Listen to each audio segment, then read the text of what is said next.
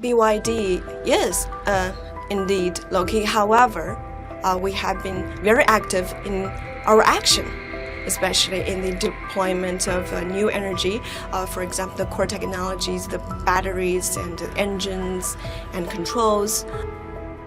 BYD is a car company most people outside China had never heard of 5 years ago. Today it outsells Tesla. It builds more electric vehicles than any manufacturer on Earth. And in March of 2025, it unveiled a motor so powerful that engineers said it had no business being inside a family sedan. But this was not a supercar. Instead, it was the kind of car a parent drives to the school gate. BYD took that car and bolted in a motor that outperforms a V12 engine. So what exactly did BYD build, and why does it have the entire automotive world unsettled? Join us as we break down BYD's new engine, the motor that should not exist. The most striking thing about BYD's new electric motor is not just what it does. It is where BYD chose to put it. In March of 2025, BYD unveiled its Super E platform. This car was a new generation of electric vehicle technology built around a motor with a peak power output of 580 kilowatts. To understand what that number means, consider that a V12 combustion engine, the very type used in Ferrari's most powerful road cars and in the most extreme Lamborghinis ever built, produces a very high power in roughly the same range. BYD's motor does not just approach that output, it matches it, and in certain configurations exceeds it. And then BYD installed it in the unveiled, a mid-size sedan designed for families.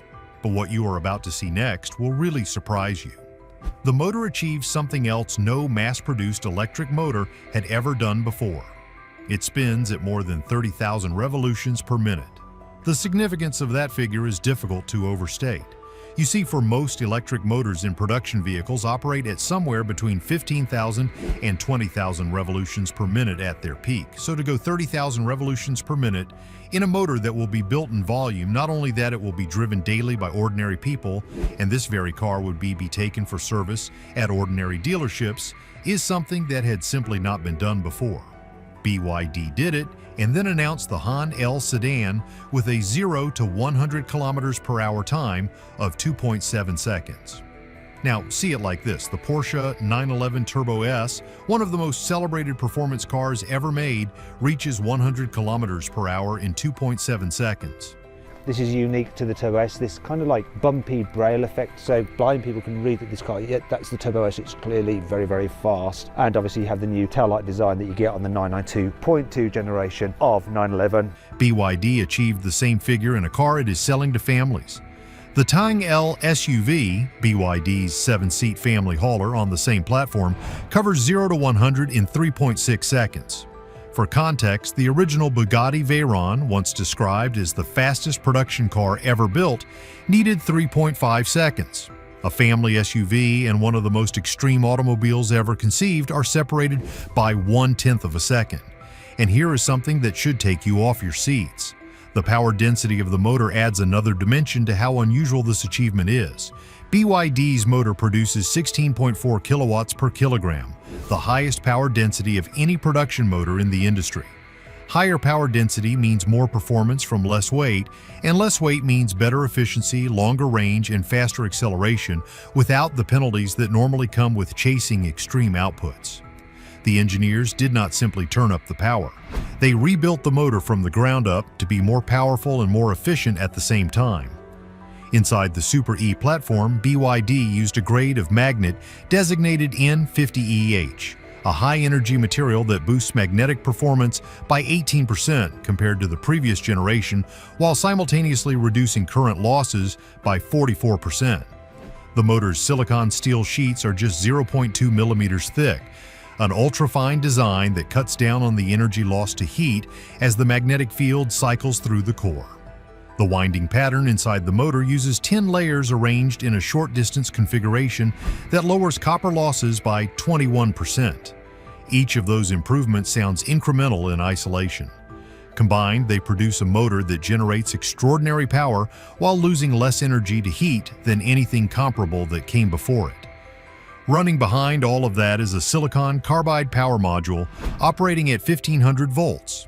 a voltage level that allows the system to push enormous amounts of power through the motor with lower current losses than the 800-volt architecture that the rest of the premium EV industry had spent years treating as the ceiling of what was practical. BYD decided the ceiling was somewhere else entirely.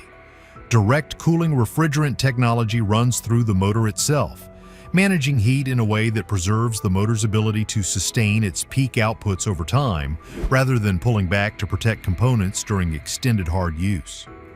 The entire package is engineered not just to produce extraordinary numbers on a specification sheet, but to live with those numbers across the lifetime of a vehicle driven by ordinary people every day. From this you would know that the car is remarkable on its own, but BYD did not stop there. The Super E platform was built around a battery and charging system that forced the automotive industry to abandon the unit of measurement it had been using for years. For most of the history of electric vehicles, charging power was discussed in kilowatts. A fast charger delivering 100 kilowatts was considered excellent. For instance, Tesla's V4 supercharger, the most powerful public charger that most EV drivers in the developed world could access, operates at 250 kilowatts. Serious long-distance EV infrastructure planning was built around the assumption that pushing significantly beyond that would require years of additional development. BYD announced a charger delivering 1,000 kilowatts. That is 1 megawatt. The automotive industry had to start measuring charging power in megawatts because 1,000 kilowatts made the word kilowatt feel inadequate. The number is not just large, it represents a fundamental change in what fast charging actually means for drivers. BYD's system can add 2 kilometers of range in 1 second. Over 5 minutes at peak charging power, it adds 400 kilometers of range. The charging session most EV drivers plan their motorway stops around, the 20 to 30 minute pause at a public charger becomes in BYD's system a stop shorter than filling a conventional car with petrol. The comparison is not approximate. It is literal. 5 minutes at a megawatt charger delivers more range than the time it takes most drivers to fill a tank, pay, and return to the road. The battery that makes this possible was redesigned at a fundamental level. BYD's standard blade battery, already widely regarded as one of the safest and most efficient lithium iron phosphate batteries in mass production, was rebuilt for the Super E platform with a focus on how quickly ions can move through the electrolyte. The BYD blade battery redefines what safety means in electric vehicles. Built with lithium iron phosphate technology, engineers reduced resistance in the diaphragm, altered the electrolyte chemistry to allow faster ion transfer, and redesigned the cell geometry to accommodate the enormous currents that megawatt charging generates. The result is what BYD calls a flash charge battery, with a 10C charging multiplier, meaning it can accept charge at 10 times the battery's rated hourly capacity. That figure is the highest of any mass-produced battery pack in the world. The charging voltage the system supports, up to 1,000 volts, and the current it accepts, up to 1,000 amps, are both figures that would have seemed implausible in a production vehicle even 3 years before BYD announced them. Running those numbers together produces the 1 megawatt charging figure. Even at 90% battery capacity, the system holds 600 kilowatts of charging power. The rate does not fall off a cliff as the battery fills the way it does in most vehicles. BYD's system maintains extreme charging speeds deep into the charge cycle, which changes the practical experience of long-distance travel in one of these cars entirely. To support that infrastructure, BYD announced plans to build more than 4,000 supercharging stations across China capable of delivering megawatt-level power. The scale of that commitment reflects something important about how BYD approaches technology. It does not release the car and leave the charging network to develop around it. It builds the car and the infrastructure together, because one without the other is incomplete. When that infrastructure exists, the practical difference between owning an electric vehicle and owning a petrol-powered car for long-distance travel largely disappears. Here is where the story takes the turn that nobody in the automotive industry fully anticipated: the family cars that happen to have hypercar performance. BYD did not build this motor and this charging system for a halo product. It did not create a limited edition performance machine to demonstrate what was theoretically possible and then return to making practical transport. It put the technology into the Han L sedan and the Tang L SUV, both of them positioned as family vehicles for everyday use. The Han L is a mid-size sedan. It has a spacious interior designed for comfortable long-distance travel. It has the kind of boot space a family needs for a weekend trip. It competes in the same segment as vehicles families buy because they are sensible and well-equipped and easy to live with. It also accelerates from 0 to 100 kilometers per hour faster than most cars on a racing circuit, and it covers the distance from 100 to 200 kilometers per hour in 4.74 seconds, a range where most performance cars begin to run out of available thrust. The Han L does not run out of thrust. The Han L starts at the equivalent of approximately 56,000 Australian dollars. The Tang L begins at around 59,000. These are not exotic prices. They are prices that working families with two incomes consider and negotiate around and eventually decide to buy.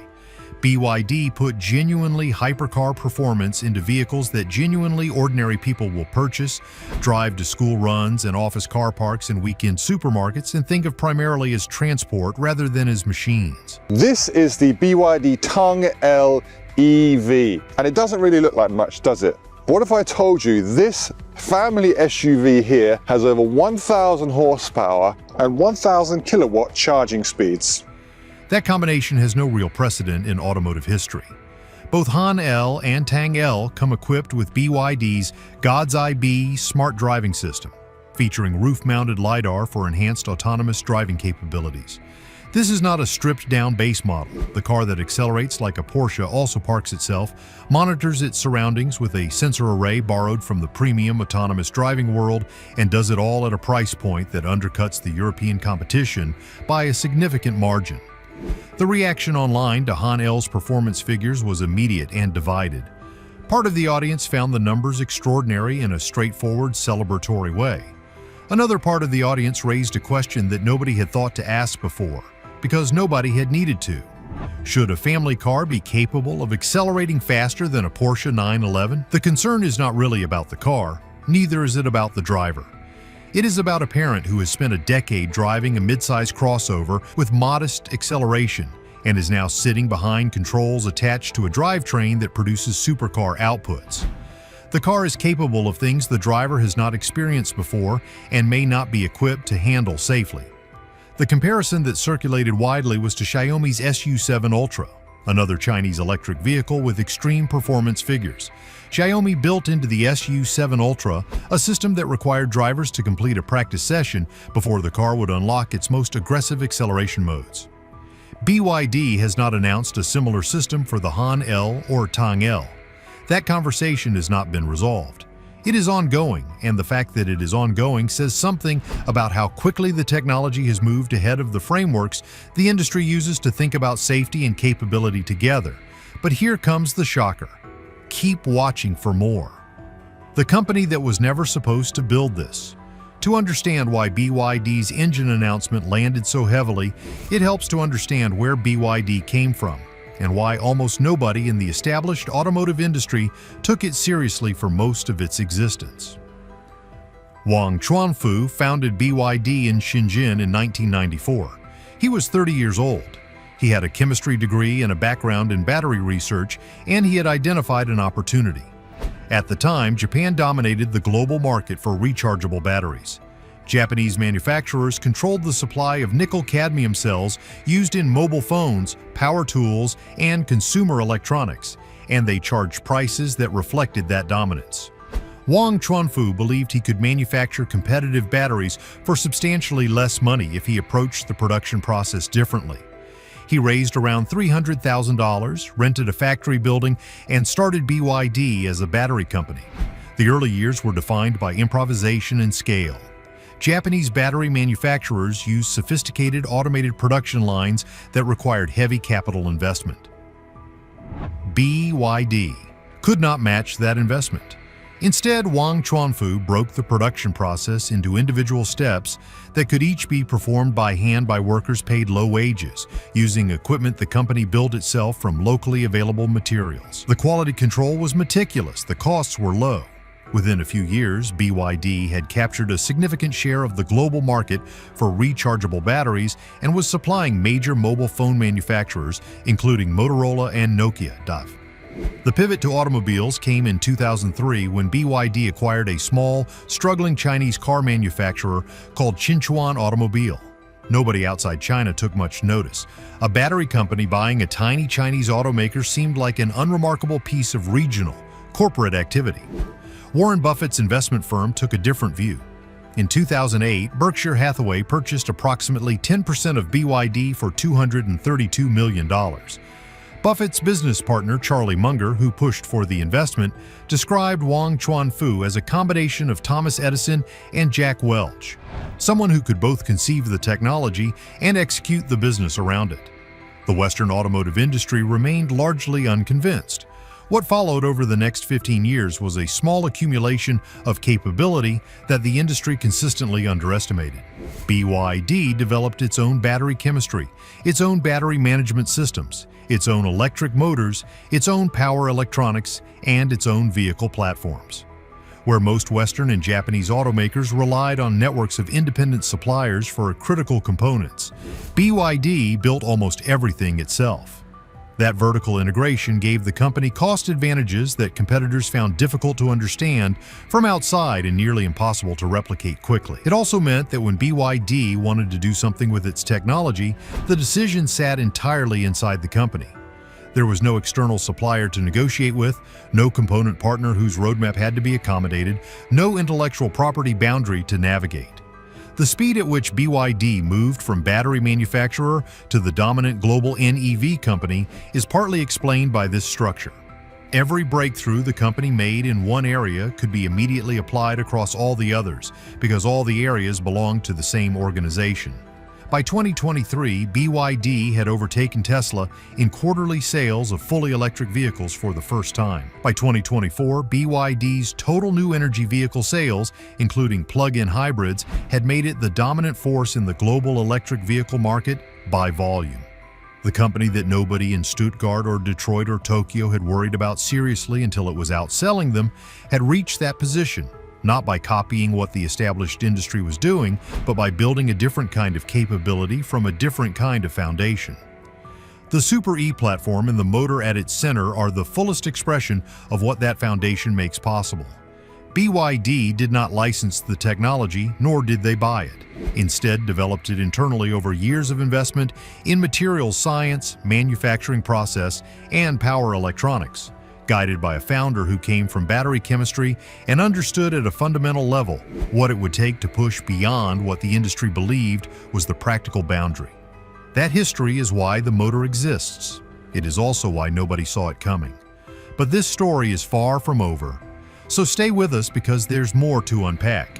What the numbers actually mean for the industry. The established automotive industry has a particular way of responding to announcements like BYD's. It acknowledges the specifications, notes that production realities and real-world performance often diverge from announced figures, and points out that the charging infrastructure to support the technology does not yet exist outside China at meaningful scale. All of those points have some validity. None of them fully address what BYD has demonstrated. The motor spinning at more than 30,000 revolutions per minute in a mass-produced vehicle is not a paper specification. It is a functioning component that goes into cars that roll off production lines and get delivered to customers. The 1500-volt silicon carbide power module behind it is not theoretical. It is in production. The 1 megawatt charging capability is not available everywhere, but the fact that BYD built a battery that can accept 1 megawatt of charging power and a charger that can deliver it changes the conversation about what fast charging means, regardless of where the infrastructure currently exists. The technology establishes a new ceiling. Every other manufacturer now has to decide whether to chase it or explain to customers why they chose not to. For the European automakers in particular, the timeline pressure is significant. Volkswagen, Mercedes-Benz, and BMW have each invested enormously in their own electric vehicle platforms, their own battery development programs, and their own charging infrastructure. Those programs were built around assumptions about what was technically achievable in a mass-produced EV that BYD has now moved past. Redesigning a platform architecture to accommodate 1500-volt systems and the motor technology BYD has developed is not a quick process. It involves not just engineering work but supply chain development, manufacturing retooling, and regulatory approval processes that take years. While that work proceeds, BYD continues selling vehicles and accumulating the manufacturing experience and cost reductions that come with scale. The South Korean manufacturers have been faster to respond. Hyundai and Kia's 800-volt eGMP platform and the subsequent development work around it reflect a recognition that the voltage ceiling in EV architecture needed to rise. But 800 volts and 1,500 volts are not the same race. The gap between where the Korean manufacturers are and where BYD has positioned itself is not closing as quickly as the distance from 400 volts to 800 volts closed. But Tesla's most powerful vehicle motor produces less peak output than the motor BYD has put into a family sedan. The company that defined what the premium electric vehicle could be is now defending that position. Tesla has lost its position as the world's biggest seller of electric vehicles. The Chinese car maker BYD is now in top spot after its sales rose by nearly 28% last year to 2.2 million. Against a competitor whose ambitions and technical resources have expanded beyond what the original competitive framing anticipated. Tesla's response to BYD's motor announcement has been notably measured. That measured response may reflect an awareness that the announcement cannot simply be dismissed. The hybrid side of BYD's business adds another dimension to the competitive picture. BYD's Super DM plug-in hybrid technology claims a world-best thermal efficiency of 43.04% for its hybrid powertrain. Standard combustion engine vehicles achieve thermal efficiencies of between 30 and 40% in optimal conditions. BYD's hybrid is more efficient than most pure combustion engines while also being capable of running on electricity alone for substantial distances. The plug-in hybrid versions of the Han L and Tang L, designated dual mode, use the same vehicle architecture with a powertrain that pairs the electric system with a combustion engine, extending range for drivers who are not yet ready to commit to pure electric ownership. The dual mode versions accelerate to 100 in 3.9 and 4.3 seconds respectively. Both are fast enough to qualify as performance vehicles by any conventional definition. And that's not all. BYD did not set out to build a motor for a family car that matched a V12 combustion engine. The motor is powerful because the accumulation of engineering choices across every component made extreme power an achievable outcome without sacrificing the efficiency and reliability a mass production vehicle requires. The N50EH magnets were chosen for their magnetic performance and their reduced losses, not specifically to push peak power past a particular threshold. The 30,000 revolutions per minute capability emerged from a redesign of the motor's internal geometry that also improved efficiency across the normal operating range. The 1500-volt silicon carbide module was developed to handle the charging requirements, and it also made the motor's extreme performance envelope possible. The power is a consequence of doing everything right rather than the specific goal from the start. That is, in a way, more unsettling for the rest of the industry than if BYD had simply decided to build the most powerful motor it could and accepted whatever trade-offs that required. BYD built a motor optimized for efficiency and longevity in a family vehicle, and it turned out to be the most powerful mass-produced EV motor in the world. The performance is a byproduct of the engineering quality, not a separate project sitting on top of it.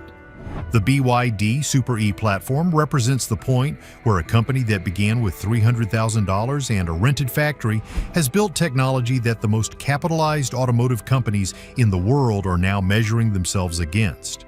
BYD's more than 5,000 mainland Chinese stores. The company is the market leader when it comes to EVs in China. It's known mainly for its low and mid-priced cars. It is a motor in a family car. It is a charger that measures its output in megawatts. It is a battery that can fill in 5 minutes. And it is built by a company that the industry confidently dismissed as a low-cost regional player for most of the last 2 decades. The engine was never supposed to be this powerful. BYD built it anyway, and now everyone else has to decide what to do about that. Wang Chuanfu started in a rented factory with $300,000 and a chemistry degree. 30 years later, his engineers built a motor that spins faster and produces more power than anything else in mass production, and they put it in a family car that a parent can drive to the school gate. Nobody saw that coming. The water, as it were, had been rising quietly for a very long time before anyone noticed how high it had already climbed. So let us talk about this in the comments below. Which part of what BYD announced surprised you the most? Was it the fact that BYD put all of it inside a family sedan that ordinary people can afford to buy, or the battery and speed? Like, share, and subscribe, and click the next video on your screen. You will not want to miss it.